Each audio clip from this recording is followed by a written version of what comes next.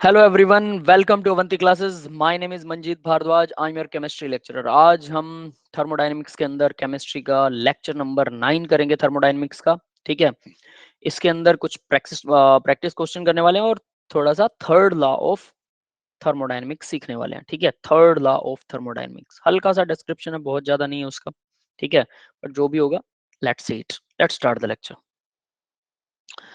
तो first of all, Gibbs free energy क्या होती है एंड स्पॉन्टेनिटी क्या चीज है। गिब्स फ्री एनर्जी, इसके बारे में हमने एक फॉर्मूला किया था पिछले लेक्चर के अंदर ही। ठीक है, तो अभी उसका बस डिस्क्रिप्शन है, जस्ट थ्योरेटिकल पोर्शन है इसका, बाकी हम कर चुके हैं आई थिंक, क्योंकि इसमें बाकी कुछ करवाने के लिए कुछ है भी नहीं। Delta G equal delta H minus T delta S. Yes guys, ये फॉर्मूला कर चुके हैं आप सभी। Yes sir. ठीक है, तो ये गिब्स फ्री एनर्जी होती है। फ्री वर्ड को आईयूपीएससी ने 19, यहाँ देखिए, 1988 में ड्रॉप कर दिया था। Meaning free was dropped, free को ड्रॉप कर दिया था। ठीक है, पहले फ्री लगाया जाता था। फ्री का मतलब क्या है? फ्री का मतलब है कि कोई रिएक्शन जब स्पॉन्टेनियस होती है, अपने आप चल रही है, तो वो फ्री की एनर्जी है। इसलिए उस वर्ड के आगे फ्री लगाया गया। गिब्स जो था साइंटिस्ट था, उसने इसको ढूंढा था, इसलिए गिब्स फ्री एनर्जी के नाम से उस फंक्शन को नाम दे दिया गया। ठीक है, तो यहाँ पर Gibbs free energy of the thermodynamics potential that means measure the useful work. आप इसे यूजफुल वर्क बोल सकते हैं, फ्री एनर्जी बोल सकते हैं, मतलब वो work, useful work, that is useful work obtainable from a thermodynamic system at constant temperature और कांस्टेंट प्रेशर। ये ध्यान रखिएगा, टेम्परेचर और प्रेशर जब कांस्टेंट होता है, ठीक है, और रिएक्शन उस टाइम पर अपने आप होने लग जाए। कोई रिएक्शन है, मैंने टेम्परेचर फिक्स कर दिया और रिएक्शन अपने आप चल रही है, तो हम उसको बोलेंगे कि वो फ्री में, मतलब रिएक्शन स्पॉन्टेनियस है, तो फ्री में वो हमें एनर्जी दे रही है, कुछ ना कुछ तो हमें देख के जा रही है एनर्जी, डेल्टा एस है ना, उसकी एंट्रोपी बढ़ रही है, एनर्जी बढ़ रही है, या एनर्जी कम हो रही है ना, तो वो हमें देगी। तो इस तरह से उसका टेम्परेचर और प्रेशर कांस्टेंट होना चाहिए। Alternatively Gibbs free energy is capacity to do non mechanical work. तो हम यहाँ एक और आप अल्टरनेटिवली इसकी डेफिनेशन दे सकते हो। Gibbs free energy, Gibbs energy, free is dropped, capacity of system to do non mechanical work। Non mechanical, mechanical work मतलब हम कोई वर्क डन करवा रहे हैं, नॉन मैकेनिकल अपने आप होता है, हम नहीं कुछ करवा रहे हैं। And delta G measures the non mechanical work done on it. तो ये मेजर होता है उसके ऊपर, दैट इज। और आईपीसी ने 1988 में इसको फ्री एनर्जी को हटा दिया, जी से रेफर करते हैं, फ्री वाज ड्रॉप्ड ओनली, अभी इसे गिब्स एनर्जी कहते हैं, दैट्स इट। ठीक है, इतना सा डिस्क्रिप्शन और कुछ नहीं है, बस आपको ये पता होना चाहिए कि गिब्स फ्री एनर्जी क्या होता है। सर पीछे हटाया क्यों था? फ्री, देखो फ्री मतलब क्या था कि फ्री की एनर्जी है, ठीक है, इसलिए फ्री लगाया गया था। बाद में कुछ ऑथर्स ने फ्री वर्ड को ऐसे लगा कि जैसे कहते हैं ना कि एक चीप लेवल की चीज हो जाती है अगर हम किसी चीज के आगे फ्री वर्ड यूज करने लगे, क्योंकि वो हमें फ्री में थोड़ा मिल रही है, रिएक्शन स्पॉन्टेनियस है, वो उसका नेचर है। ठीक है, तो उसमें फ्री कुछ भी नहीं है। फ्री तो हम ये बोलते हैं कि हम जितने भी रिसोर्सेज हैं, हम पैदा होते हैं, हम फ्री में पैदा हो जाते हैं। ये थोड़ा चीप नहीं हो जाएगा? फ्री में पैदा हो गया ऐसे ही, नेचुरली हम पैदा होते हैं, तो वैसा ही कुछ यहाँ पर है। ठीक है, कि ये फ्री में नेचर से हमें एनर्जी मिल रही है, तो इस फ्री वर्ड को बाद में ड्रॉप कर दिया गया, कुछ बुक्स के अंदर इसको लगाया नहीं जाता था, तो फिर आईयूपीएससी ने भी रिकमेंड किया कि ये फ्री फ्री नहीं डालेंगे हम। ठीक है, तो इसलिए ये आईयूपीएससी ने इसको सीधा बोल दिया कि हम इसे सिर्फ गिब्स फ्री, गिब्स एनर्जी बोलेंगे। हालांकि फ्री अब भी यूज होता है, डोंट वरी अबाउट दिस। ठीक है, चलिए आगे बढ़ते हैं अब इसमें। तो ये फॉर्मूला था जस्ट इसके अंदर। आगे देखिए, new thermodynamic state function that is G, the Gibbs free energy is defined as, तो ये फॉर्मूला यहाँ पर इसने फिर से डिस्क्राइब किया, डेल्टा जी इक्वल होता है delta H minus T delta S. ठीक है, अब यहाँ पर जो अच्छी चीज है करने वाली, स्पॉन्टेनियस प्रोसेस कौन सी होती है जिसका डेल्टा जी की वैल्यू लेस देन जीरो होती है, नेगेटिव, यानी हम यहाँ कह सकते हैं डेल्टा जी जिसका नेगेटिव होता है, डेल्टा जी नेगेटिव। ठीक है, ये याद रख लेना, नेगेटिव होगा तो स्पॉन्टेनियस होगी प्रोसेस। फर्दर ये जब डेल्टा जी इक्वल जीरो होगा तो वो इक्विलिब्रियम, रिवर्सिबल प्रोसेस के लिए होता है, वो इक्विलिब्रियम में होती है। ये नोट कर लेना कि वो इक्विलिब्रियम में होगी। नेक्स्ट क्या है, delta G greater than zero, जब जीरो से ज्यादा होता है तो वो नॉन स्पॉन्टेनियस होती है, और नॉन स्पॉन्टेनियस का मतलब जीरो से ज्यादा का मीनिंग है कि डेल्टा जी की वैल्यू पॉजिटिव है। यस गाइज, यहाँ तक सबको समझ में आया? सिंपल सी चीजें, ये पहले भी आप लोगों के सामने न्यूमेरिकल्स में आ चुका है। हाँ बेटा, यस सर। क्लियर है सबको? ठीक है, ओके, अब आगे बढ़ते हैं। नेक्स्ट, ये अब एक इम्पोर्टेंट टेबल है, इसके अंदर हम थोड़ा सा मतलब इसके बारे में सर्च करेंगे। कि किस चीज से क्या फर्क पड़ता है और कैसे किस चीज को निकाला जा सकता है। ठीक है, शुरू में आपको लगेगा कि ये तो हम अपने आप कर सकते हैं जब हमें फॉर्मूला आता है, लेकिन जब क्वेश्चंस आते हैं तो बच्चे वहां पर ना स्ट्रक हो जाते हैं, रुक जाते हैं, अटक जाते हैं। वाई? वो हम यहाँ से सीख लेंगे अगर इसको थोड़ा सा आप प्रैक्टिस करेंगे। नोटबुक पेन मेरे साथ रखिए और मुझे बताइए कि क्या ये पॉसिबल है क्या। ठीक है, और उसके बाद में मैं आपको यहाँ एक पेज एडेड है तो मैं इसके अंदर आपको लिख के दे रहा हूँ कुछ कंडीशंस। ठीक है, इसने क्या बोला है, ये 1 2 3 4 4 कंडीशंस है। ठीक है, तो हम इसको 1 2 3 4 के हिसाब से ले सकते हैं। पहली कंडीशन, ठीक है, पहली कंडीशन में वो क्या कह रहा है, देखिए जरा। फर्स्ट कंडीशन में डेल्टा एच नेगेटिव है, डेल्टा एस पॉजिटिव है। एच नेगेटिव और डेल्टा एस पॉजिटिव है। सबसे पहले तो हम delta G equal delta H minus T delta S, इसको मेरे साथ अगर आप नोटबुक में लिखेंगे, इसके दो फायदे होंगे। एक तो कंडीशनें समझ में आएंगी, उस पर क्वेश्चन करने के लायक बनेंगे। दूसरा, ये फॉर्मूला आपके फिंगर टिप्स पे हो जाएगा। क्योंकि मैं देखो, हम लोग बोलते हैं ना कि टीचर्स को याद क्यों रहता है, मैं इस फॉर्मूले को अब कम से कम 4 बार लिखने वाला हूँ। 4 की बजाय भी 8 बार लिखूंगा कम से कम, अप्रोक्सीमेटली 4 से 8 के बीच में। एक फॉर्मूला मैंने 4 से 8 बार लिखा, बार बार बोला, सोचिए मेरी प्रैक्टिस कितनी हो गई। जबकि आप लोग सिर्फ देखोगे, अगर आप लोग सिर्फ देखोगे, प्रैक्टिस नहीं करोगे, तो डेफिनेटली फिर ऑब्वियस है न्यूमेरिकल्स में फॉर्मूला याद नहीं आएगा, है ना। तो यही प्रैक्टिस का कमाल है, तो मेरे साथ कर लीजिए, दैट विल बी बेटर। तो यहाँ देखते हैं डेल्टा जी इक्वल, तो इसने फर्स्ट उसमें क्या कहा भाई, डेल्टा एच नेगेटिव और डेल्टा एस पॉजिटिव है। तो मैं यहाँ पर उनके जो उसने बोला है ना, मैं वही वाले साइन लगाऊंगा बस, और कुछ नहीं करूंगा। डेल्टा एच उसने नेगेटिव बोला, डेल्टा एस उसने पॉजिटिव बोला, तो मैं इसके सामने पॉजिटिव लगा रहा हूँ, डेल्टा एस। ठीक है, ये पॉजिटिव का साइन है, डेल्टा एस पॉजिटिव है। इसको ऐसा मत समझना कि प्लस में डेल्टा एस लगा दिया। ठीक है बेटा, ये समझ में आ रहा सबको? Yes sir. तो अब जरा इसको, अब इस इक्वेशन को सही करके देखते हैं। ठीक है, सही क्या करेंगे कि हम इसको करेक्ट तरीके से लिखते हैं। जो पॉजिटिव नेगेटिव प्लस माइनस क्या होगा, माइनस टी डेल्टा एस। अब मुझे एक चीज बताओ, टेम्परेचर क्या नेगेटिव हो सकता है? बताइए जरा, यस और नो? यस, ठीक है। तो माइनस में टेम्परेचर हो सकता है अगर वो डिग्री सेल्सियस में, तो केल्विन में -10 केल्विन टेम्परेचर हो सकता है? अब ये बताइए नो सर। क्यों नहीं हो सकता? What is the reason behind it? Sir क्योंकि 0 डिग्री सेल्सियस जो होता है वो 278 केल्विन के बराबर होता है। 273 273 बेटा। Yes sir, 273। हाँ, उस वो रीजन नहीं है एक्चुअल में, ये एब्सोल्यूट स्केल ऑफ टेम्परेचर होता है। एब्सोल्यूट स्केल ये जीरो से स्टार्ट होता है, ये स्टार्ट ही जीरो से होता है, जीरो से पहले ये है ही नहीं। यानी हम मानते हैं कि 0 केल्विन से नीचे कोई टेम्परेचर नहीं है। 0 केल्विन से नीचे कोई टेम्परेचर ही एग्जिस्ट नहीं करता। ठीक है, इसको बोलते हैं एब्सोल्यूट, असली टेम्परेचर यही है जिसके 0 की वैल्यू 0, वो माइनस में भी इंफिनिटी तक है, प्लस में भी इंफिनिटी तक है। ये तो बेतु के टेम्परेचर होते हैं। डिग्री सेल्सियस माइनस में एग्जिस्ट करता है। ठीक है, कितना भी ले लो, -1000 degree celsius, we can take this, बिल्कुल सही।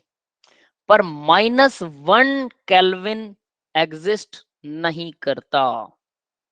ये बात क्लियर है? तो टेम्परेचर तो माइनस में हो ही नहीं सकता। ठीक है, क्योंकि वो हमेशा केल्विन में लेना होता है। तो ये सबको क्लियर है भाई? यस ठीक सर। है, ठीक है। तो यहाँ पर अब याद रख लेना कि टेम्परेचर जो है, मैं यहाँ लिख भी देता हूँ, टेम्परेचर इन केल्विन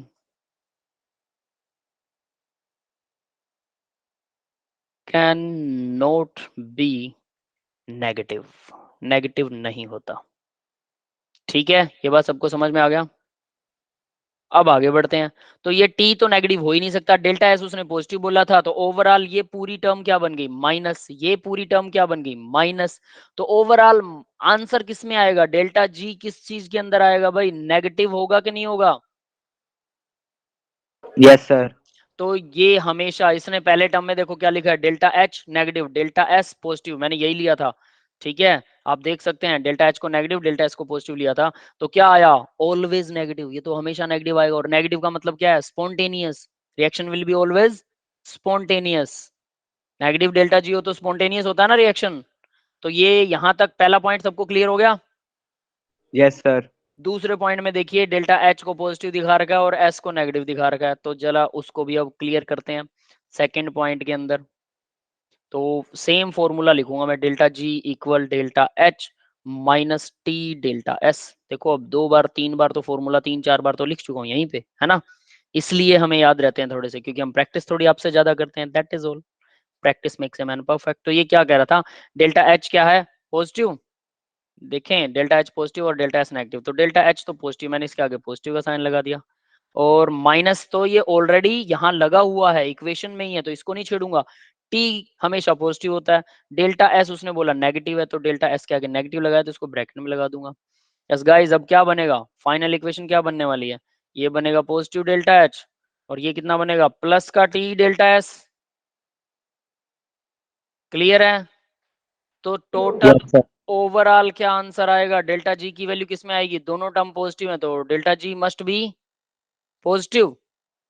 यस, ठीक है, डेल्टा जी पॉजिटिव होता है तो क्या होता है, देखो जरा, रिएक्शन नॉन स्पॉन्टेनियस होती है, ऑलवेज पॉजिटिव, ऑलवेज नेगेटिव पहले वाला था, ये ऑलवेज पॉजिटिव है, रिएक्शन नॉन स्पॉन्टेनियस है। यस गाइस, ये समझ में आ गया बेटा, सेकंड पॉइंट। Yes sir. अब थर्ड पॉइंट देखते हैं फिर। थर्ड पॉइंट देखिए क्या कह रहा है, अगर H पॉजिटिव हो और S भी पॉजिटिव हो, दोनों पॉजिटिव हो, ठीक है, तो दोनों पॉजिटिव कब होंगे, तो ये देखिए एक और पेज में ऐड कर रहा हूं यहाँ पे थर्ड पॉइंट के लिए, ठीक है, delta G equal delta H minus T delta S. अब दोनों को पॉजिटिव बनाना है, यस यही है ना, दोनों पॉजिटिव तो ऑलरेडी हैं, अगर आप देखो तो इक्वेशन सेम ही आएगी, माइनस ये पॉजिटिव डेल्टा एस, तो वही रहने वाली इक्वेशन, समझ में आया, yes sir. Positive delta H minus T delta S, plus minus minus हो जाएगा, तो ये टर्म है पॉजिटिव, ये टर्म है नेगेटिव, ठीक है। देखो वही पहले वाली इक्वेशन फिर से लिख दी और कुछ नहीं किया मैंने, तो देखो एक ही इक्वेशन को 3 बार लिखा है, अगर देखो तो एक ही फॉर्मूले को 3 बार लिख दिया मैंने। आपको वैसे बोल दो ना कि बेटा 3 बार लिख के प्रैक्टिस कर लो, तो ज्यादातर बच्चे बोलेंगे सर पागल हैं क्या, हमें याद तो हो गया, हम 3 बार क्यों लिखें, है ना। तो ये वजह होती है कि हमारी प्रैक्टिस, जैसे जहां पर जो मौका मिले नोटबुक पेन उठाइए और नोटबुक पेन से ही लिख लिख कर याद कीजिए। एक होता पढ़ा लिखा, एक होता लिखा पढ़ा। जो लिख लिख कर पढ़ते हैं ना, वो ज्यादा इंटेलिजेंट होते हैं, ये याद रख लेना। इंटेलिजेंट बाय माइंड नहीं है, प्रैक्टिस इंटेलिजेंट बना देती है, माइंड इज नथिंग, आपके पॉइंट ऑफ इंटरेस्ट के हिसाब से आप इंटेलिजेंट बनते हैं, ये याद रख लेना। मेरे पास एक स्टूडेंट आता था, मेरे को कहता सर मेरे को डेफिनेशन याद नहीं होती, मैंने मान लिया yes you are saying right, आपका शायद दिमाग कम है, मैं मान लेता हूँ। फिर उसके बाद में कुछ दिन वो आता रहा, मैं उसकी बात मानता रहा, थोड़ा थोड़ा करके उसको याद करवाता रहा।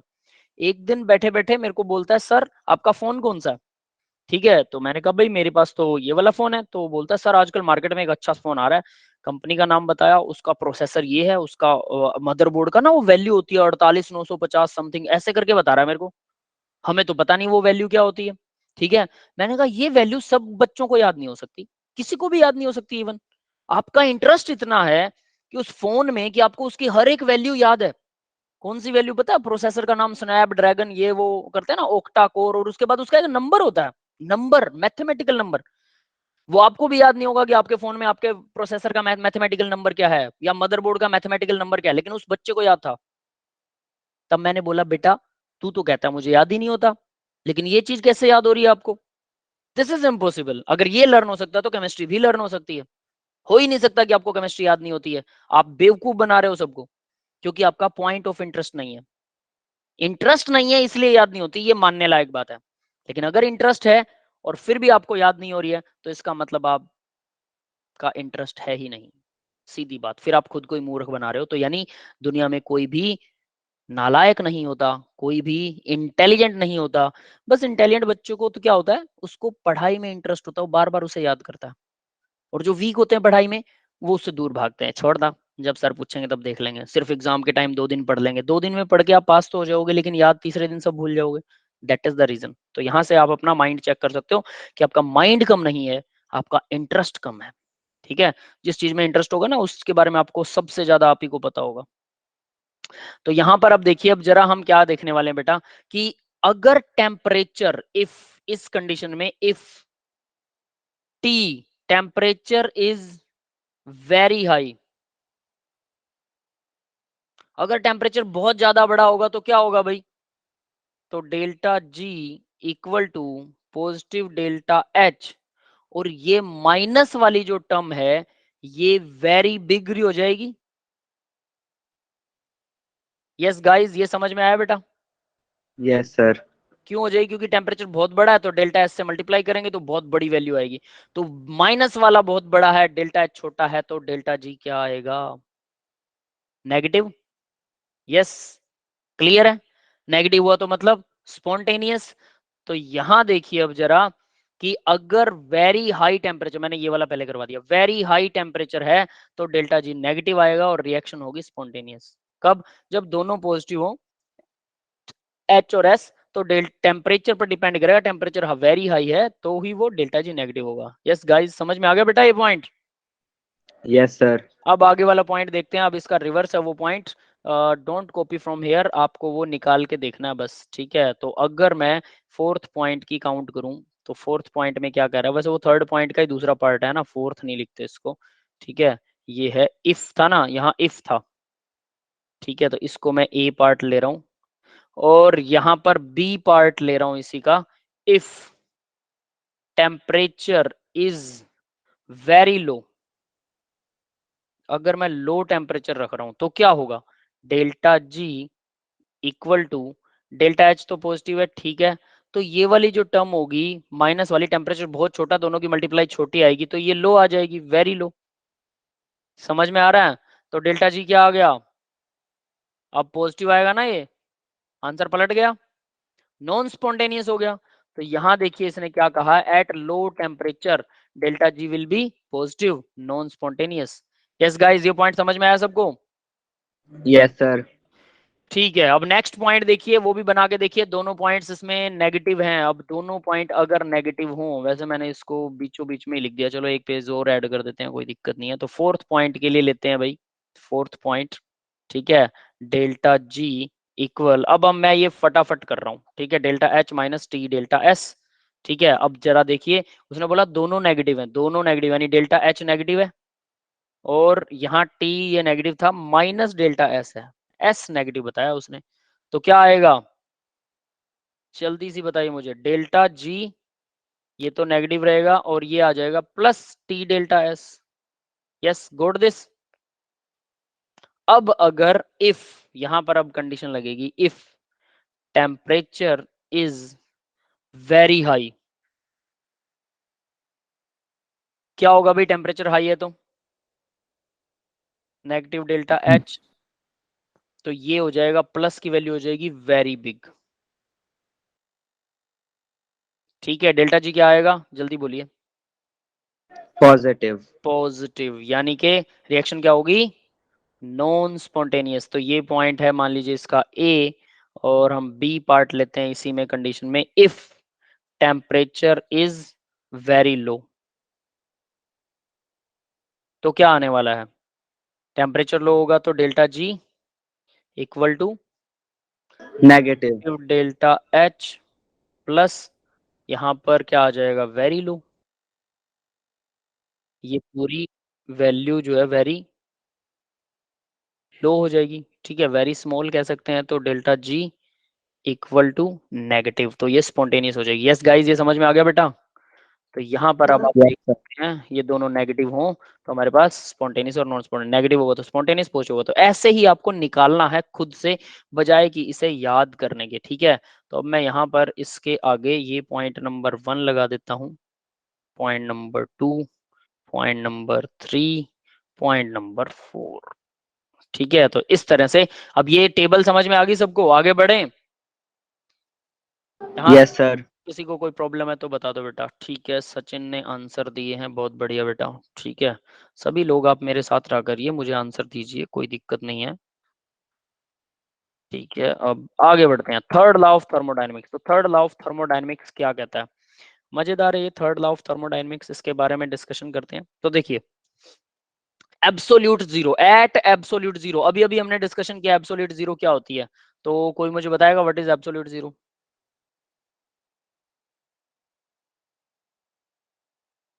Anyone else? नहीं पता किसी को absolute zero? Temperature in kelvin 0 kelvin, ये होता है एब्सोल्यूट जीरो, एब्सोल्यूट जीरो। हाँ भाई क्लियर है ये? सब कहां पर चले गए? हाँ minimum temperature of kelvin zero होता है बेटा, हाँ minimum temperature of zero, yes yes yes yes, ठीक है ठीक है। तो अब आगे बढ़ते हैं, देखिए मिनिमम टेम्परेचर ऑफ केल्विन यानी जीरो, जीरो केल्विन को ही बोलते हैं absolute zero. The entropy of perfectly crystalline substance is taken as zero. जो परफेक्टली क्रिस्टलाइन सब्सटेंस होते हैं, परफेक्टली क्रिस्टलाइन, उनकी एंट्रोपी टेकन एज जीरो, वो जीरो मानी जाती है। That is the third law of thermodynamics, यही थर्ड लॉ है। Means that the absolute zero every crystalline solid in a state of perfect order, perfect order में होगा वो, उसका जो solid is in a perfect order and it's entropy should be zero, उसकी entropy should be zero, वो zero होनी चाहिए, ठीक है, ऐसा माना जाता है। अब ये क्रिस्टलाइन सॉलिड क्या होते हैं भाई, परफेक्टली ऑर्डर्ड सॉलिड क्या होते हैं, किसी को ये पता है? Anyone else have taken my lecture previously, जिसके अंदर मैंने बताया था क्रिस्टलाइन या लैटिस या क्रिस्टल लैटिस, ये क्या होता है? किसी ने वो वाला लेक्चर लगाया था? यस, है कोई ऐसा अपने टीम में अभी? कोई नहीं है, किसी को नहीं पता क्या? यस और नो तो कर दो बेटा। ठीक है, कोई बात नहीं। तो हम उसको क्रिस्टलाइन सॉलिड को समझेंगे पहले। प्लस टू के अंदर क्रिस्टलाइन सॉलिड, सॉलिड स्टेट का पहला ही लेसन है प्लस टू का, उसके अंदर डिटेल में आता है ये, ऑलरेडी पहले से बता रहा हूँ। तो हम यहाँ पर उसकी डिटेलिंग नहीं करेंगे, बट आपको डेफिनेशन समझ में आएगी कि क्रिस्टलाइन सॉलिड क्या होता है, ठीक है, कम से कम वो आपको पता होना चाहिए, ताकि आप इसको थर्ड लॉ को अच्छे से समझ सकें, ठीक है। तो क्रिस्टलाइन सॉलिड देखिए क्या होता है भाई, सपोज दैट क्रिस्टलाइन सॉलिड होते हैं परफेक्ट ऑर्डर, यहाँ मैं लिख भी रहा हूँ उसको, ठीक है। क्रिस्टलाइन सॉलिड का मीनिंग इस कलर से लिखते हैं, क्रिस्टलाइन सॉलिड, या फिर इसे बोल सकते हैं crystal lattice, crystal lattice, crystal lattice या लैटिस अकेला कह देते हैं, अकेला क्रिस्टल भी कह देते हैं, कुछ भी कह लीजिए, वो होते हैं क्रिस्टलाइन सॉलिड। वो होते क्या है, यानी कि परफेक्ट सॉलिड इनको बोलते हैं, जिनका ऑर्डर परफेक्ट हो, परफेक्ट ऑर्डर। ऑर्डर अब क्या होता है, ऑर्डर परफेक्ट ऑर्डर से यहाँ मीनिंग है कि उनके मॉलिक्यूल्स का ऑर्डर परफेक्ट हो। कैसे, अब इसको एक एग्जांपल से समझते हैं, ठीक है। जितने भी मान लीजिए मैं आप लोगों को एक टास्क देता हूँ, प्लेलिस्ट, ठीक है बेटा, मैं प्लेलिस्ट भेज दूंगा आपको, ठीक है, मैं प्लेलिस्ट अभी भेजूं, चलो लेक्चर के एंड में मेरे को याद करवाना पीयूष बेटा, तब मैं आपको प्लेलिस्ट भेज दूंगा। देखो परफेक्ट ऑर्डर का मतलब क्या होता है वो बताता हूँ। मान लीजिए मैं आपको एक टास्क देता हूँ, सभी स्टूडेंट्स को एक टास्क देते हैं, और आप मुझे बताइएगा कि उस टास्क का रिजल्ट क्या रहेगा, ठीक है। यहाँ पर आपके पास में एक रूम है, ठीक है, जिसके ऊपर छत नहीं है, और यहाँ पर मैं आपको बोलता हूँ कि यहाँ पर आप खड़े हुए हैं, ठीक है। तो यहाँ पर ये आप हैं, ठीक है। तो यहाँ से आपको क्या करना है, आपके पास बहुत सारी चेयर्स हैं, lots of chairs are there, ठीक है। तो इमेजिन कर लीजिए, जस्ट यहाँ हम बना नहीं सकते हैं, वरना फिर एक छत बनानी पड़ेगी ना। चलो यहाँ रख देते हैं, यहाँ पर बहुत सारी चेयर्स रखी हुई हैं, ठीक है, बहुत सारी चेयर्स हैं, प्लास्टिक की चेयर लगा लीजिए, ठीक है। और आपके पास जो आप चाहो वो हथियार अपना यूज कर सकते हो, किसी भी तरह की कोई चीज यूज कर सकते हो, जो इक्विपमेंट चाहो यूज कर सकते हो। तो मैंने आपको बोला कि आप इस रूम के अंदर ना चेयर्स को फिट कीजिए, चेयर को रखिए। तो बहुत से बच्चे अपने अपना पैटर्न से लगाएंगे, एक चेयर के ऊपर दूसरी चेयर, दूसरी पर तीसरी, इस तरह से रखते जाएंगे, है ना। कोई आमने सामने फेस कर देगा चेयर का, कोई अपोजिट पीठ से पीठ मिला देगा, कोई हो सकता है दो चेयर आमने सामने ऐसे ऐसे करता जाएगा, कोई पीठ से पीठ मिलाता जाएगा, कोई सीधा कोई उल्टा, एक एक पैटर्न सीधी चेयर का, एक पैटर्न उल्टी चेयर का, एक पैटर्न किसी और तरह की चेयर का, है ना। इस तरह से सबके पैटर्न अलग आएंगे। ये बात क्लियर है सबको? सब अपनी यस सर। सब अपनी चॉइस से चेयर लगा देंगे, ठीक है। अब मैं आप लोगों को ये बोलता हूँ कि सारे अपनी चेयर्स को वापस रूम में से बाहर निकाल लो, ठीक है। और ऊपर से ऊपर ऐसे ऐसे ऊपर ऊपर पूरा ऊपर तक आप लोग भर देंगे रूम को। तो ये रूम मान लीजिए कि आपने चेयर से भर दिया, ठीक है, परफेक्टली ये चेयर से आप लोगों ने रूम भर दिया। What ever is the order, order कुछ भी हो, लेकिन यहाँ पर सारी ऊपर नीचे इस तरह की चेयर भरी है। ये मान लो कि मेरा ऑर्डर है, मैं कुछ इस तरह से लाइक करता हूँ चेयर्स को भरना, है ना, ठीक है। अब मैंने बोला कि भाई इसको खाली कीजिए, आप लोगों ने इसको फिर से खाली कर दिया। अब मैंने फिर से बोल दिया कि दोबारा से भरो, ध्यान देना, तो जैसे मेरे पास अंडू और रीडू का ऑप्शन होता है, ये देखो बिल्कुल परफेक्टली वैसे ही भर दी मैंने। हटाने के लिए बोला तो हट गई, भरने के लिए बोला तो फिर से परफेक्टली वैसे ही भर गई। यस, तो मैं हर बार यही करूंगा, क्योंकि मेरा ये परफेक्ट ऑर्डर मैं ऐसे ही लगाऊंगा। दूसरे बच्चे का कोई और ऑर्डर हो सकता है, वो वैसे ही लगाएगा, तीसरे का कोई और ऑर्डर हो सकता है, वैसे लगाएगा। यस और नोट, ये समझ में आ गया बेटा सबको?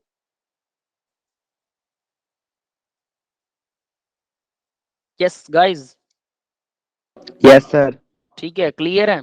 ठीक है, तो अब देखिए जरा, तो ये होते हैं क्रिस्टलाइन सॉलिड जिनका ऑर्डर हमेशा परफेक्ट होता है। What do you mean by order? अब ये हम क्लियर करते हैं कि मान लो कि दो एटम्स ऐसे रखे जा रहे हैं और दो एटम्स ऐसे रखे जा रहे हैं, ठीक है, और इस तरह से एक लेयर बना दी हमने, ये एटम्स की एक लेयर बन गई, ठीक है। तो ये इस लेयर के अंदर ये मोलिक्यूल है या एटम्स है, कुछ भी मान सकते हो। इस लेयर पर दूसरी लेयर रख रहा हूं, तो मैं यहां रख रहा हूं। समझ में आ रहा है सबको कहां पर रख रहा हूं मैं दूसरी लेयर को? समझ में आया? Yes yes. सर। अब तीसरी लेयर जो रखी बिल्कुल इसके ऊपर रखी, जो एटम था जहां नीचे वाले एटम थे ना, बिल्कुल उनकी सीध में रख दी, नीचे वाले एटम्स की बिल्कुल सीध में, नीचे वाले एटम्स की बिल्कुल सीध में। तो इस तरह से मैंने एक पैटर्न बना लिया कि मेरे पास ए लेयर थी, फिर बी लेयर आई, फिर जो सी लेयर आई वो डिट्टो आ गई, डिट्टो नीचे वाले ए और सी, मतलब ए ही आ गई, वो ए ही वापस आ गई। तो मेरा पैटर्न बन गया A B A B A B, हर बार मैं यही भर रहा हूँ। लेकिन एक बच्चा ऐसा हो सकता है जिसकी पहली लेयर अलग है, दूसरी बिल्कुल अलग है, तीसरी फिर से अलग है, फोर्थ लेयर वापस ए जैसी है। समझ रहे हो बात? फिर फिफ्थ वाली बी जैसी, फिर सी जैसी, यानी A B C A B C A B C. एक बच्चा ऐसा होता है उसकी सारी लेयर बराबर है, ए ए ए ए ए ए। समझ में आया? तो इस तरह से सॉलिड्स के मॉलिक्यूल्स जो होते हैं जब वो टाइटली पैक होते हैं, क्या कह रहा हूं ध्यान से सुनना, जब वो टाइटली पैक होते हैं उस टाइम पर वो लेयर जब बनाते हैं, तो वो पहली लेयर और दूसरी लेयर एक दूसरे के डिट्टो आमने सामने हो सकती हैं, अलग हो सकती हैं, तीसरी लेयर भी पहली से अलग हो सकती है। इस तरह से उनकी लेयर्स वाइज लेयर अलग अलग होती हैं। मान लो कि मैंने लोहा लिया, लोहे में ए बी पैटर्न है, तो लोहे को मैंने क्या किया, गर्म कर दिया, ठीक है। गर्म करने का मतलब पैटर्न डिसोल्व हो गया, खत्म, सब मॉलिक्यूल अलग अलग हो गए, एटम अलग अलग हो गए आयरन वाले, ठीक है। फिर मैंने उसको ठंडा कर दिया, तो अब बताओ वो ए बी सी लेयर में वापस जम जाएगा या ए बी में जमेगा, जो कि पहले वाला था उसका पैटर्न? बोलो।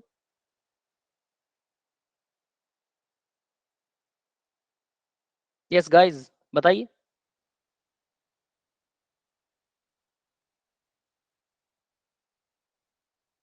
हाँ बेटा, ए बी सी लेयर अलग होगा, यानी अगर आप लोहे को गर्म करते हो तो अगली बार लोहे की प्रॉपर्टी बदल जाएंगी, फिर और बार गर्म कर दोगे तो फिर से प्रॉपर्टी बदल जाएंगी। Is this are you saying? आप ऐसा कह रहे हो? नहीं बदलेगी ना, वो हर बार अपनी सेम लेयर में रहेगा। यानी अगर उसका पहले पैटर्न था ए बी, तो जब आप उसे डिजोल्व मेल्ट करके वापस सॉलिड बनाएंगे, फिर से ए बी में बनेगा, फिर मेल्ट करके वापस सॉलिड बनाएंगे, फिर से ए बी। जैसे मैं यहाँ बोल रहा था कि आप लोगों को चेयर रखने के लिए बोल दिया जाए, तो आप अपने वाले पैटर्न में ही वापस चेयर रखेंगे। यस गाइज, ये समझ में आ गया सबको बेटा? Yes sir. ठीक है। अब ये सभी एटम सभी मॉलिक्यूल ऐसा ही करते हैं, मतलब जो उनका पैटर्न है ना, अगर आप उसे गर्म करके ठंडा करेंगे तो हमेशा उसी पैटर्न को फॉलो करेंगे। उस पैटर्न को बोलते हैं ऑर्डर, यानी वो हमेशा सेम ऑर्डर को फॉलो फॉलो करेंगे। तो इसको बोलते हैं परफेक्ट ऑर्डर, ये अपना ऑर्डर बदलते नहीं है, सभी मॉलिक्यूल ऐसा करते हैं। तो सभी ऐसा करते हैं तो फिर इसको नाम देने की क्या जरूरत थी, है ना? ये भी एक प्रॉब्लम आती है। अब कुछ एक ऐसे मॉलिक्यूल होते हैं जिसको बोलते हैं ना शरारती तत्व। कुछ ऐसे बच्चे भी होंगे अपनी क्लास में जिनको मैं बोलूंगा कि चेयर रखो, तो वो क्या करेंगे पता है? वो महान काम करेंगे। वो कहेंगे सर ने फालतू का काम दे रखा है, उठाओ चेयर और पटक दो। वो उठा के चेयर को उल्टी पुल्टी इधर उधर ऐसे वैसे सब उल्टी पुल्टी चेयर भर देंगे, रूम को भर देंगे। ये बात समझ में आ गई?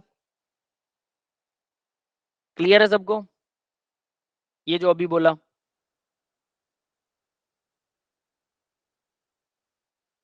हाँ बेटा, ठीक है। अब देखिए जरा दूसरा ऑप्शन, मैं उसी बच्चे को बोलता हूँ रूम वापस खाली करो, सारी चेयर बाहर निकाल ले, वो बाहर निकाल लेगा। दोबारा उसे बोलूं कि फिर से भर, अब वो क्या करेगा? क्या अब भी वो उठा उठा के पटक रहा है, पर पहले जो चेयर टेढ़ी थी, हो सकता है इस बार उस जगह पर टेढ़ी चेयर ना हो, सीधी चेयर लग जाए, लग सकती है। लेकिन किसी दूसरे कोने में टेढ़ी चेयर लग जाए, तो ओवरऑल तो उसका पैटर्न वही रहा ओवरऑल, बट उसने इस बार एक्चुअल में इंटरनल पैटर्न बदल लिया। बदल लिया कि नहीं बदल लिया? बदल गया ना, सब चेंज हो गया, सारे जज्बात बदल गए ना। कहीं हो सकता है खाली जगह रह गई हो, जो पहले खाली जगह रही थी इस बार हो सकता है वो भर गई हो, किसी दूसरी जगह खाली जगह क्रिएट हो गई हो। तो इस तरह से इस बच्चे का पैटर्न हर बार बदल जाएगा। यही काम होता है नॉन क्रिस्टलाइन सॉलिड का। नॉन क्रिस्टलाइन सॉलिड जब भी गर्म करके ठंडा करेंगे तो उनका पैटर्न बदल जाएगा। यस गाइस, ये बात समझ में आ गई सबको? Yes sir. तो इस ऐसे सब्सटेंसेस, अब ध्यान दे लेना भी मैं क्या कह रहा हूं, ऐसे सब्सटेंसेस, ठीक है, जो अपना पैटर्न बदल लेते हैं, ये परफेक्ट ऑर्डर में जो रहते हैं वो क्रिस्टलाइन होते हैं, और जो इम्परफेक्ट ऑर्डर, जिनका ऑर्डर बदलता रहता है, ठीक ठीक है, जिनका ऑर्डर बदलता रहता है वो होते हैं नॉन क्रिस्टलाइन सॉलिड, या फिर उनको अमोर्फस भी बोलते हैं। तो हमारा अभी उनसे कोई काम नहीं है, जस्ट आपको परफेक्ट सॉलिड समझ में आना चाहिए था। अब अमोर्फस सॉलिड कौन से होते हैं? भी नॉन क्रिस्टलाइन वाले, है ना। तो उसका एग्जांपल देता हूं, वो क्यों ऐसा करते हैं, वो अपना ऑर्डर परफेक्ट क्यों नहीं करते। मैंने तो बोला कि चलो शरारती बच्चे हैं, पर क्या शरारती बच्चे मतलब एटम भी शरारती होते हैं? देखो ऐसा होता है, उसका रीजन क्या है। आप लोगों को पॉलीथीन का फॉर्मूला पता है? पॉलीथीन जो घर पर यूज करते हो, ये केमिकल फॉर्मूला पॉलीथीन का, CH2 CH2 CH2 CH2 CH2 and so on CH2। तो ये इतना बड़ा मॉलिक्यूल है, ये देखिए यहां पर वो चलता जा रहा है, मैंने एंड नहीं किया उसका, और यहाँ एन लिख दिया, मतलब बहुत सारे CH2 हैं।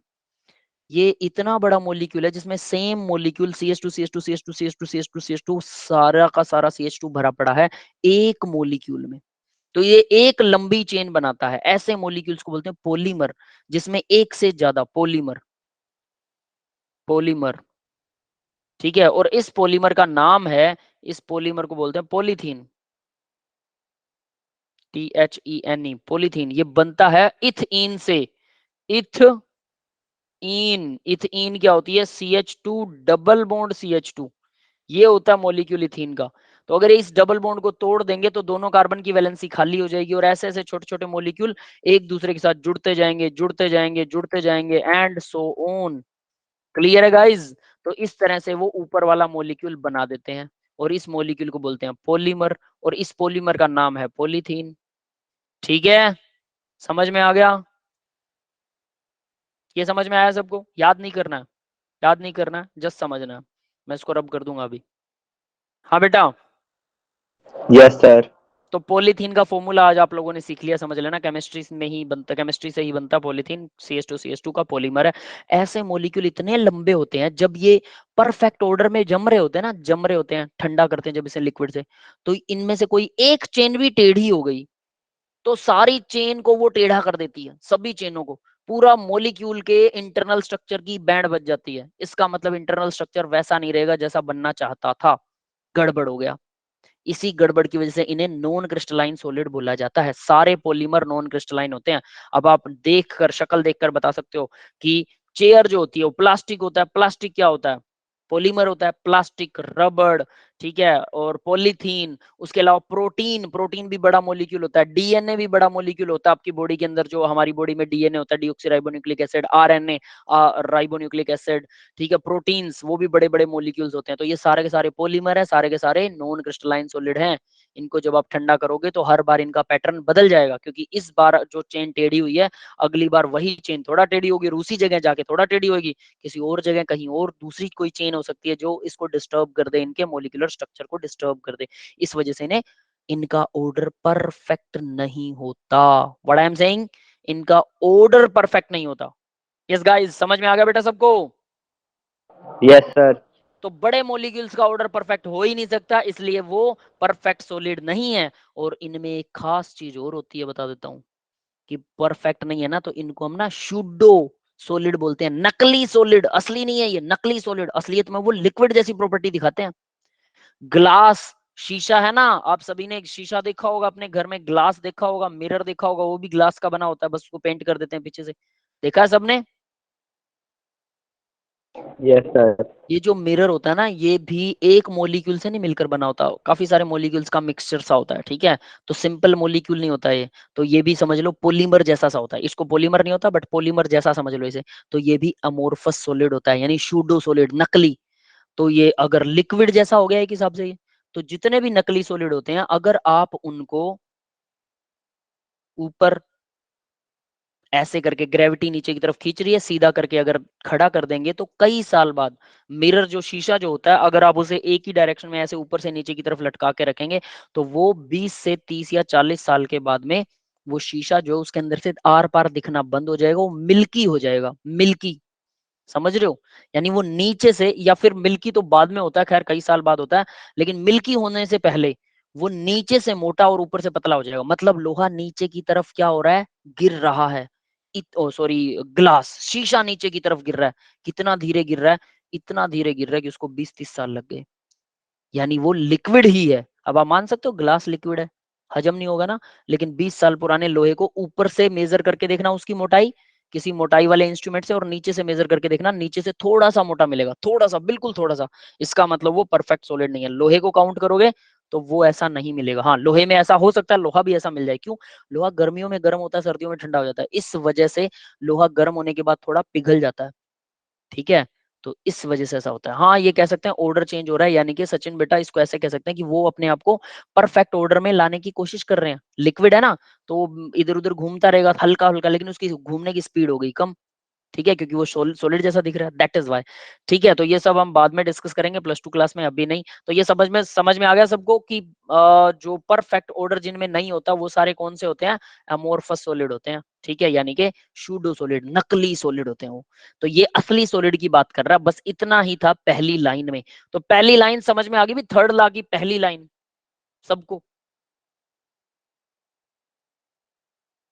Yes guys, please tell me.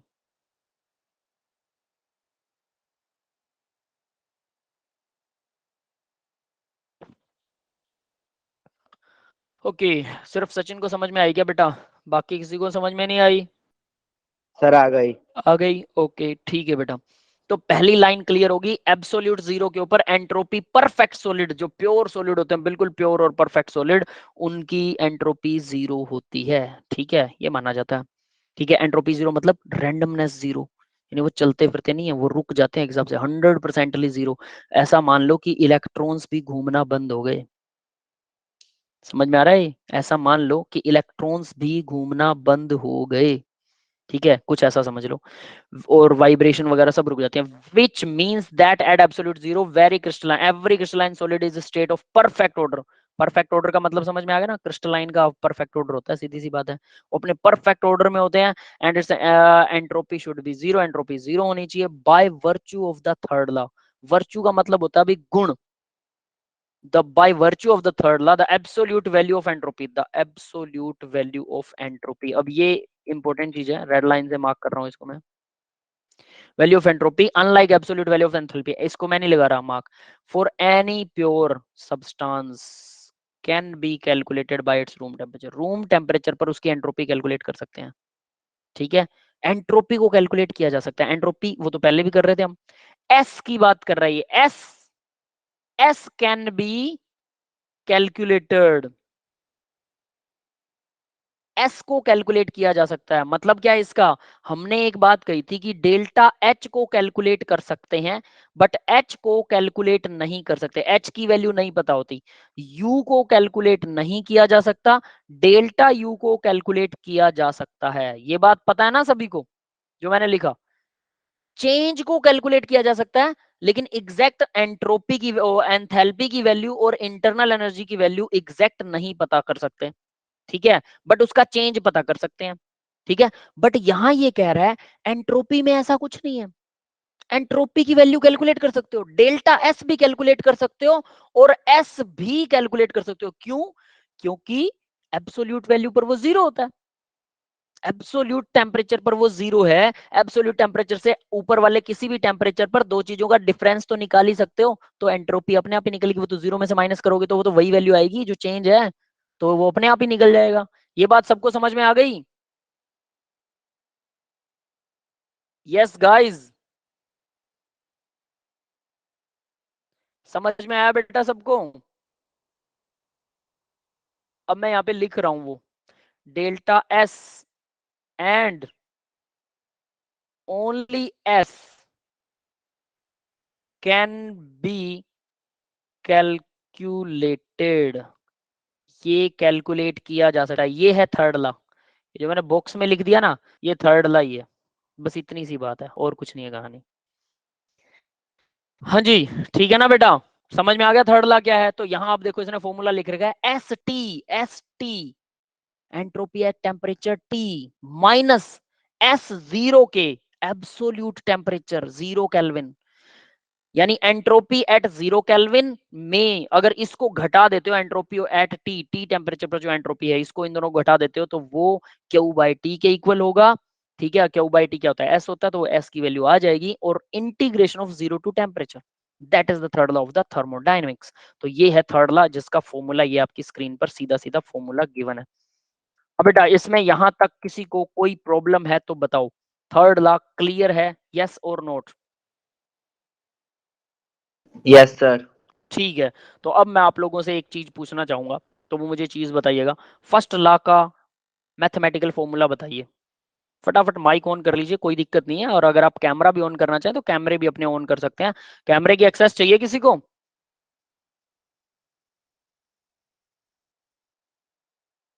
Yes guys, चलो वीडियो की एक्सेस भी दे आप लोगों को, कोई बात नहीं, आपकी इच्छा है।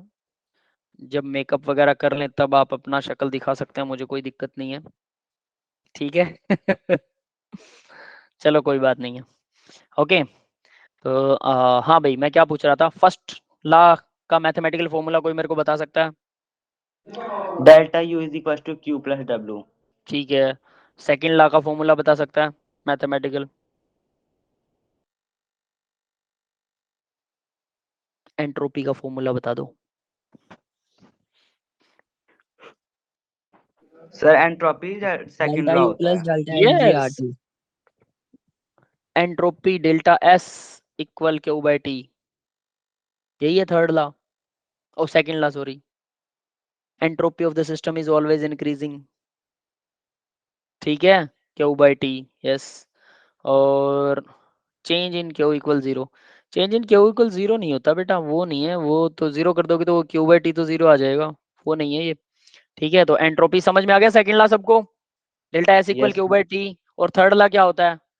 S T minus S zero के equal integration zero to temperature Q by T, है वही चीज सेम, बस इंटीग्रेशन कर देना, और S T minus zero S K, और एस जीरो के।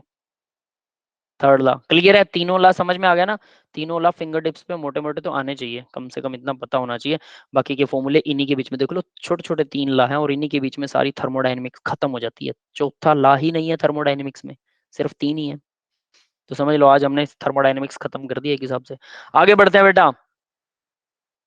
एग्जाम्पल ऑन योर स्क्रीन, आपकी स्क्रीन के ऊपर एग्जाम्पल है, तो देखिए जरा ये एग्जाम्पल क्या कह रहा है। जीरो ला, जीरोथ ला, अरे उसको तो हम ला ही नहीं मानते हिमांशु बेटा, वो आता नहीं आपको? सबसे मुश्किल ला है भाई, थर्मोडायनेमिक्स का सबसे टिपिकल ला कौन सा है, बताएगा कोई मुझे? जीरोथ ला, आता है किसी को? बताओ भाई, जीरोथ ला बताओ, आज आपका टेस्ट होने वाला है इसके ऊपर। हाँ बेटा, एक और ला है जीरोथ ला, हिमांशु ने बोला है मुझे, मुझे याद आ गया, थैंक यू बेटा। नहीं आता? इतना सर मुश्किल है कि आपको आता नहीं? Be created not be destroyed. क्या क्या क्या, दोबारा बोलिए। Matter is neither be created not be destroyed. नहीं नहीं नहीं, ये थोड़ा है, ये कोई ला थोड़ा है। जीरोथला नहीं पता क्या? जीरोथला एक स्लाइड में आया था, आप लोग भूल ही गए जीरोथला को। सुनो जीरोथला क्या होता है। जीरोथला कहता है कि किसी ए कोई चीज है जिसका टेम्परेचर है टी, फिर एक बी चीज है, ठीक है, जिसका टेम्परेचर, अब देखिए ए चीज है जिसका टेम्परेचर बी है, जिसका टेम्परेचर ए के बराबर है, इक्वल टू ए, और एक सी चीज है उसका टेम्परेचर भी ए के बराबर है। ठीक है, तो जीरोथला कहता है पक्के तौर पर बी का टेम्परेचर सी के बराबर होगा। आप लोगों को पता था ये बात? समझ में नहीं आया यस होगा सर। ना? देखो, ए है कोई चीज, बी का टेम्परेचर ए के बराबर है, सी का टेम्परेचर भी ए के बराबर है, तो वो जीरोथ ला कह रहा है बी इक्वल होगा, बी का टेम्परेचर सी के इक्वल होगा।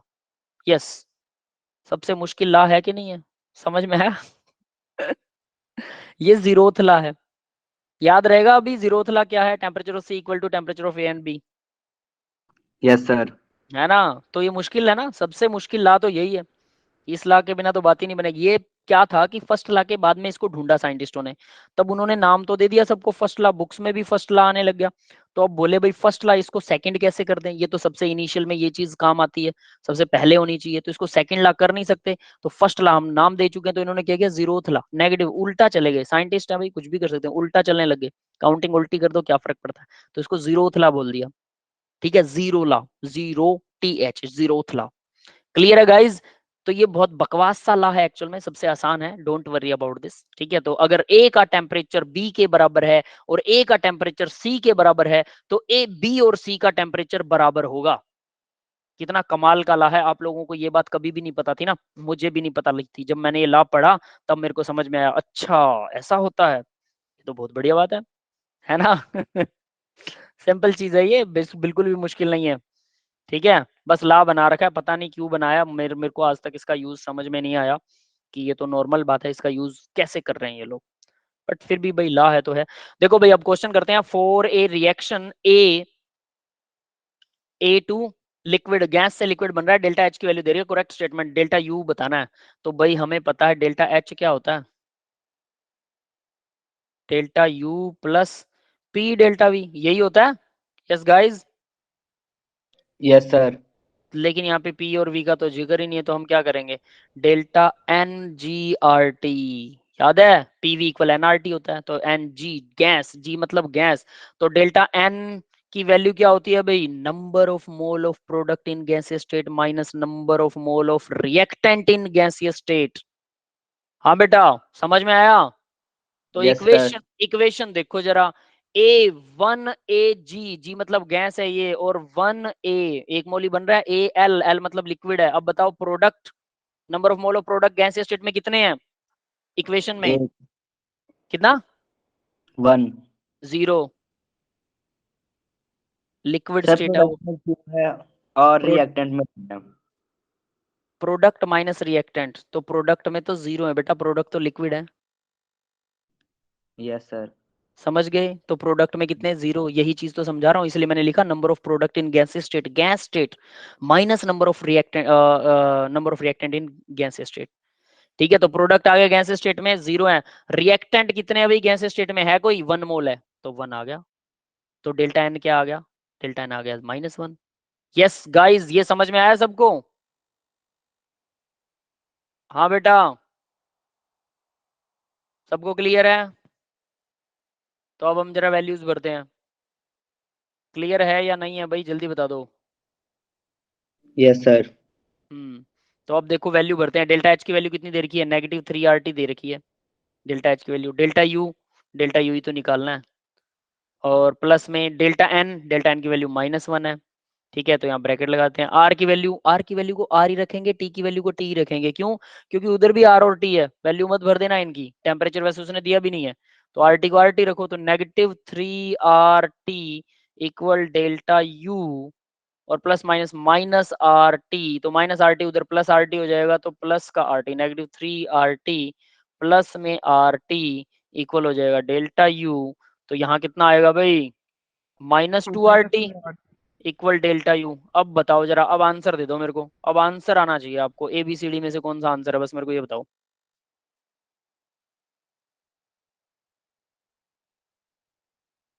जल्दी सी बताइए बेटा, ABCD में से कौन सा आंसर सही है?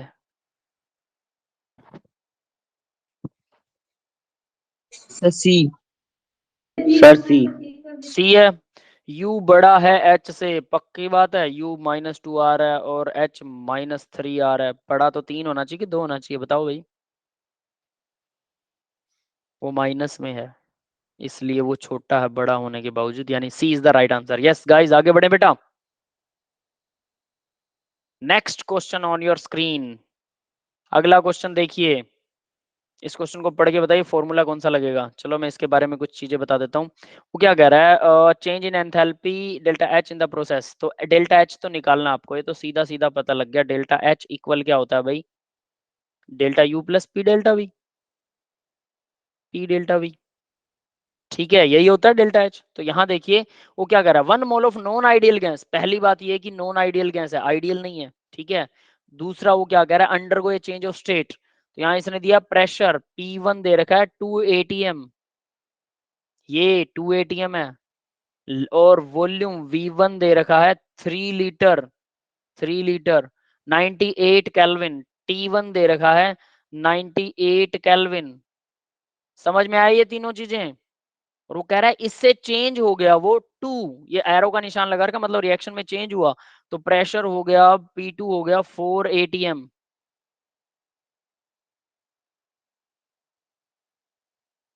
यस गाइस, नोट कर रहे हो इसको।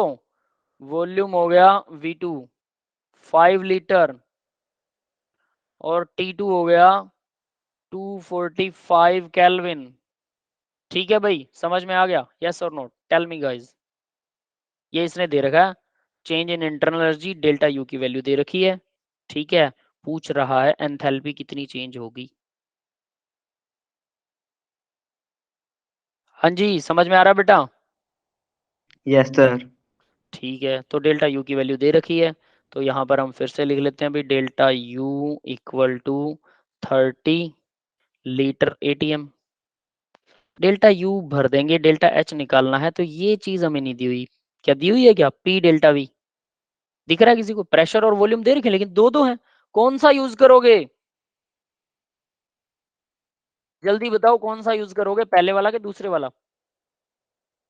डेल्टा वी में तो दोनों यूज हो जाएंगे। ठीक है, चेंज इन वॉल्यूम बिल्कुल सही है। प्रेशर कौन सा यूज करोगे, पहले वाला के दूसरे वाला। कंफ्यूज्ड है ना।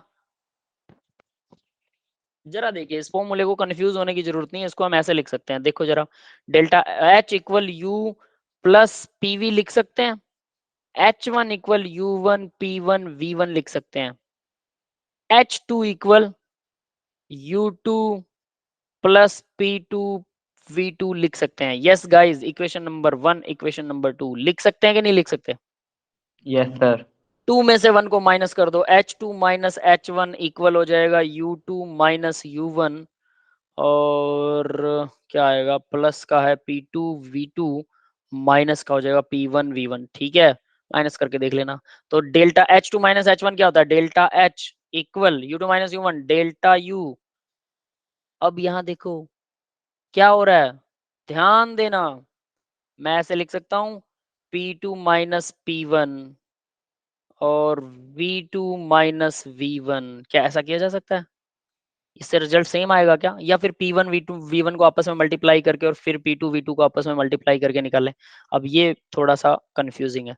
ठीक है, तो इसको हम ऐसे ही लेते हैं। दूसरा जो मैंने अभी लिखा वो तरीके से आप लोग सॉल्व करोगे। तो बताइए जरा, P2 कितना है, 4, V2 कितना है, 5, P1 कितना है, 2, V1 कितना है, 3। That is all. तो यहां हम लिख सकते हैं नेक्स्ट, इसी से यहां आगे बढ़ते हैं।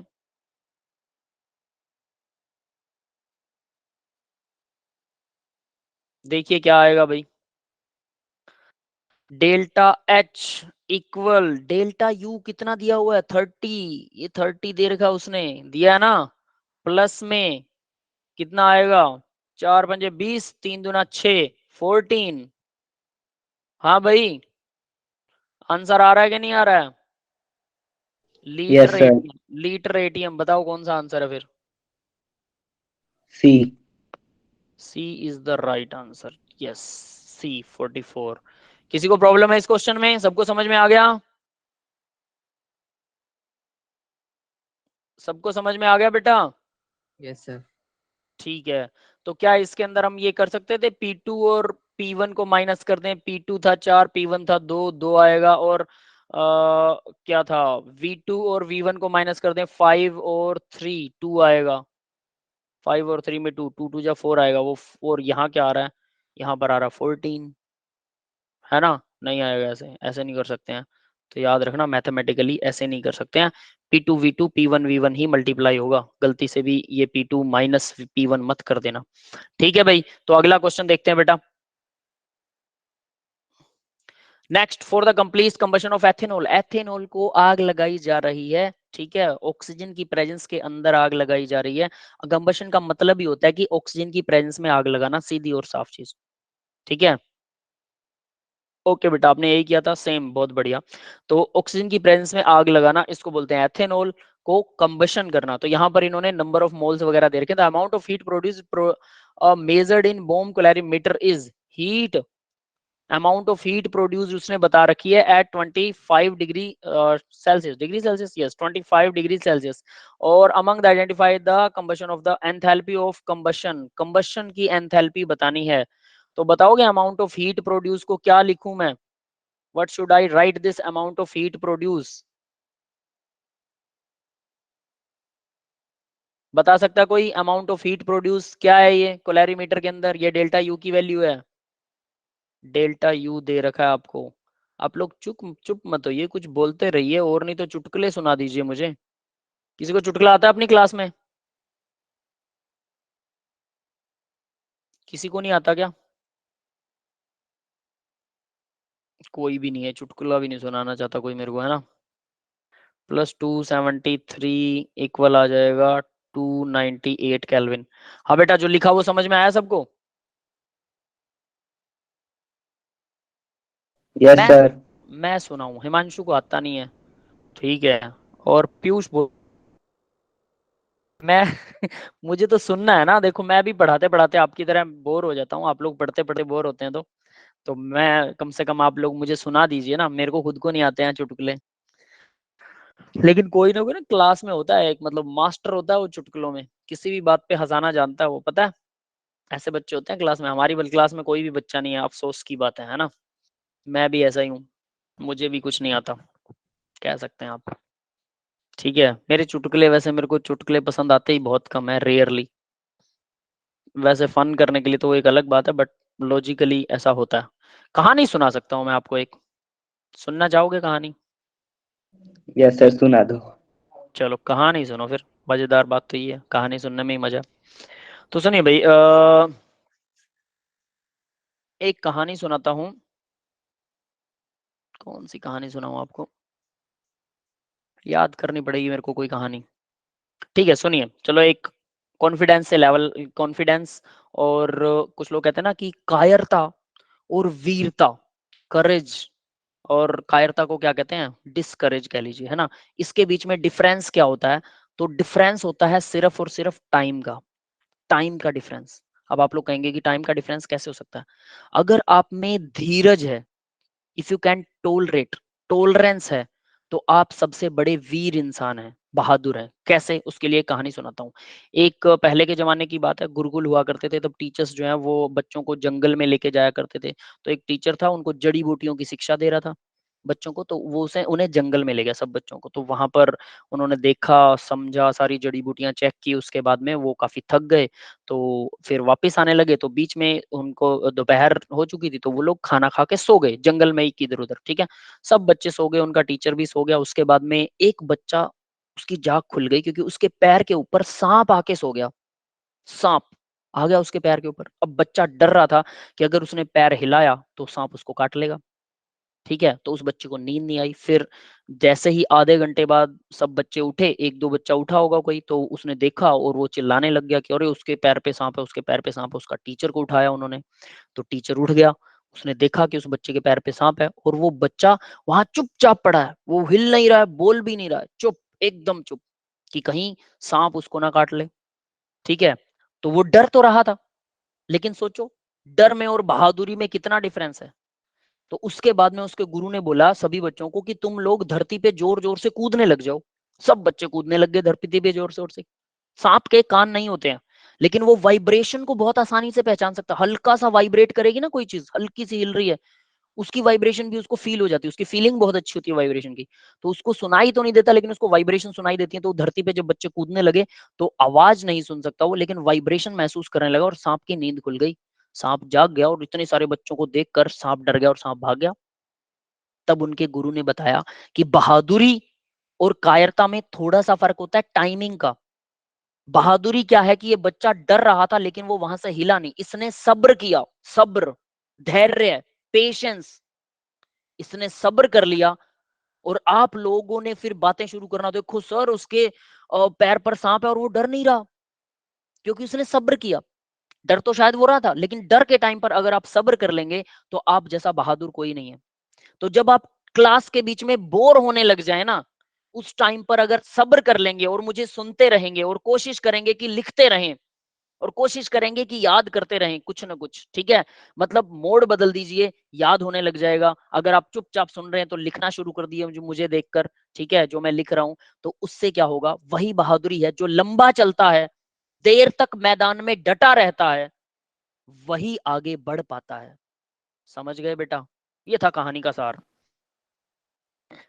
ठीक है भाई, सबको समझ में आ गया? Yes sir.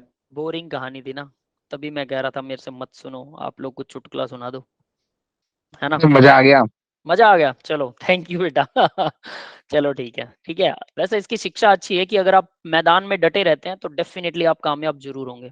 इस बात से कोई फर्क नहीं पड़ता कि आपको डर लग रहा है या नहीं लग रहा है, ठीक है। ये मुझे कहानी पसंद थी इसलिए मैंने आपको सुना दी, और भी कई सारी कहानियां हैं, कभी ना कभी मुझे याद करवाते रहिए बीच बीच में, जिस दिन भी, तो हम वो कहानियां बीच बीच में सुनते रहेंगे, ठीक है। आगे देखते हैं बेटा। तो यहाँ पर टेम्परेचर पता है हमें और यू पता है, ठीक है। क्या कर रहे थे हम? डेल्टा एच, एंथैल्पी निकालने को बोला उसने। डेल्टा एच इक्वल क्या होता है भाई?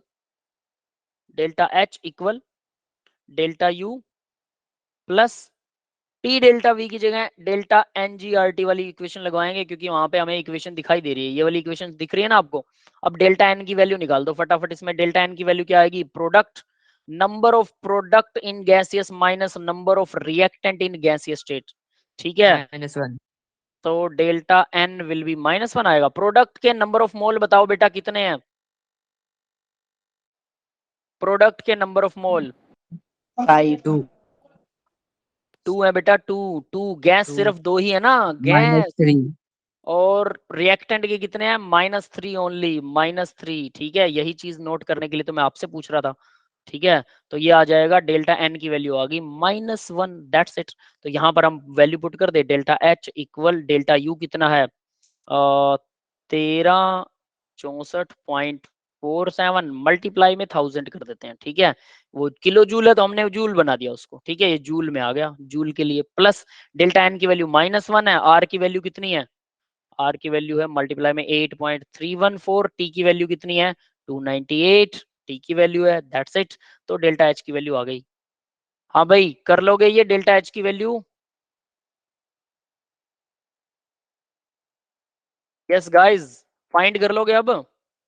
Yes sir. कितनी आएगी बताइएगा मुझे, ठीक है। अगला क्वेश्चन करते हैं, ये आप पर छोड़ा मैंने, ठीक है। ए बी सी डी में से जो भी ऑप्शन आएगा, चॉइस इज योर्स, बस आपको वैल्यू निकालनी है, अब और कुछ नहीं करना। नेक्स्ट देखते हैं बेटा। एक और क्वेश्चन है, standard enthalpy of the formation ammonia. Ammonia की फॉर्मेशन की एंथैल्पी दे रखी है NH3 की, ठीक है। NH3 बनता कैसे? Standard enthalpy of formation H2 plus N2 और ये बनेगा NH3, ठीक है।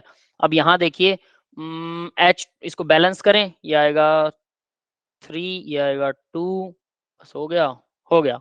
लेकिन एंथैल्पी ऑफ फॉर्मेशन 1 मोल के लिए होती है, तो 2 से डिवाइड होगा, ये भी 2 से डिवाइड हो जाएगा और ये भी 2 से डिवाइड हो जाएगा। ये समझ में आया? अब 1 मोल के लिए बन गया।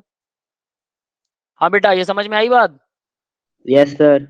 तो अब मैं इसको 2/2 1 कर देते हैं, तो ये तो आ गया 1, 1 मोल के लिए तो ऐसे निकलेगी, ठीक है। इसलिए इसको डिवाइड किया है, तो 1 मोल के लिए। अब उसने क्या बोला है, ये इसने दे दिया 46 किलो जूल पर मोल, ठीक है।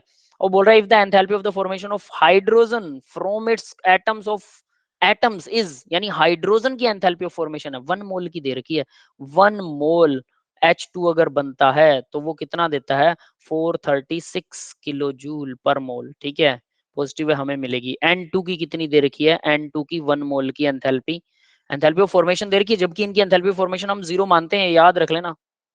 नाइट्रोजन की दे रखी है किलो जूल पर मोल, ठीक है। ये इसने गिवन है। हाइड्रोजन नाइट्रोजन की दे रखी है उसने। हमारे पास कितनी है? हम क्या जानते हैं? Enthalpy of formation of ammonia कैसे निकलेगी भाई? प्रोडक्ट माइनस रिएक्टेंट होती है ना एंथैल्पी, वो क्या बोल रहा है, average bond enthalpy of ammonia बताना है।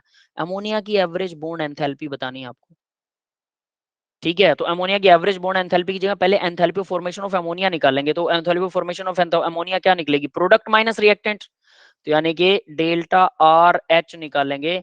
प्रोडक्ट यानी अमोनिया की एंथैल्पी -46.0 किलो जूल पर मोल है, माइनस रिएक्टेंट, रिएक्टेंट क्या है, हाइड्रोजन की 1 मोल की दे रखी है, कितनी 1 मोल 436, लेकिन 3/2 मोल है अपने पास। तो ये बात सबको समझ में आ रही है। Yes sir. और नाइट्रोजन की दे रखी है प्लस की, लेकिन ये माइनस का 712 है, और लेकिन है क्या, नाइट्रोजन 1/2 डिवाइड में 2 आ जाएगा, ठीक है। ये दोनों जोड़ लीजिए, इसको घटा दीजिए, ठीक है। इसमें से इन दोनों का टोटल जो होगा वो इसमें से माइनस हो जाएगा, आपके पास enthalpy of formation of, formation लिखेंगे से, एंथैल्पी ऑफ फॉर्मेशन ऑफ क्या आ जाएगा, अमोनिया। यस, अब उसने पूछा क्या था, enthalpy of formation of ammonia आ जाएगा, ये जो भी आएगा, मान लीजिए कि ये x आ गया, x किलो जूल पर मोल दे रखे हैं, सारे किलो जूल पर मोल है, तो मैं इसको भी किलो जूल पर मोल ही मान लेता हूं। बट मुझे क्या बताना था, enthalpy of formation of ammonia NH3 है ये, x किलो जूल पर मोल, मुझे किसकी निकालनी थी, NH की। वो कह रहा है average bond enthalpy of NH। Ammonia में कितने नाइट्रोजन हाइड्रोजन के बॉन्ड होते हैं, अमोनिया के अंदर 3 होते हैं, सिंपल, 3 हाइड्रोजन और नाइट्रोजन जुड़े हुए हैं, मुझे निकालनी है एक की। तो क्या करूं, x divided by 3 equal to NH bond enthalpy. Yes guys, समझ में आया बेटा, ये 3 से डिवाइड क्यों हुआ, कैलकुलेशन आपको करनी है, मुझे नहीं करनी। समझ में आ गया सबको, यस। Yes sir. ठीक है, चलिए अब आगे बढ़ते हैं जरा, 1 मिनट रुकिए, मुझे एक नेक्स्ट क्लास स्टार्ट करनी है बेटा, ठीक है, वो क्लास स्टार्ट कर देता हूँ।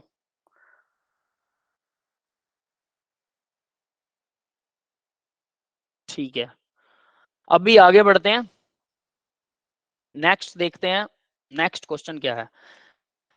ये क्वेश्चन आप लोगों ने पहले कर रखा है भाई, याद है लास्ट सेशन में हुआ था, delta S equal NR natural लोग P1/P2 होता है, ये है फॉर्मूला डेल्टा एस का, यही पूछ रखा है इसने, बताइए कौन सा आंसर आएगा, पहले किया हुआ है आपने, जल्दी से बताइए कौन सा आंसर आएगा बेटा, D. D, yes, D is the right answer. P1/P2 जो होता है वो P इनिशियल होता है, P1 P इनिशियल होता है, दैट्स इट, क्लियर है। नेक्स्ट क्वेश्चन देखो, ये भी आप लोगों ने कर रखा है, आइडेंटिफाइड द राइट सिचुएशन बतानी है, डेल्टा जी इक्वल 0 तो सिस्टम इक्विलिब्रियम में होता है, 0 हो तो, डेल्टा जी नेगेटिव हो तो सिस्टम क्या होता है, स्पॉन्टेनियस, पॉजिटिव हो तो नॉन स्पॉन्टेनियस, ठीक है। ये 0 से बड़ा दिखा रहा है स्पॉन्टेनियस, ये भी गलत है, नीचे वाला 0 से छोटा दिखा रहा है वो भी गलत है, और 0 के अंदर वो कह रहा है पर्टिकुलर डायरेक्शन में जाएगा, बिल्कुल गलत है, क्लियर है। ये क्वेश्चन हम पहले कर चुके हैं, इसलिए मैं, ये रिपीटेड क्वेश्चन है, दैट इज वाई मैं इसको फटाफट से सॉल्व कर रहा हूँ, किसी को कोई डाउट है तो बता देना बेटा, ठीक है। नेक्स्ट क्वेश्चन, इसके अंदर देखो, ये 10th नंबर क्वेश्चन है, ये reaction occur the spontaneous if T delta S both are positive both are negative, क्या कह रहा है ये, तो delta G equal delta H minus T delta S होता है। अब वो कह रहा है टीडीएस इक्वल हो एच के, तो यानी एच ये और ये डाटा इक्वल है, तो ये टोटल 0 आ जाएगा, 0 तो तब तो नहीं हो सकता, तो पहला ऑप्शन गलत है, अगर दोनों इक्वल हैं तो 0 हो जाएगा। टी डी डेल्टा एस ये बड़ा है, डेल्टा एच छोटा है, दोनों पॉजिटिव हैं, एस और ये दोनों पॉजिटिव हैं, एस और टी, यही आज हमने किया है सेशन में, याद है ना सबको।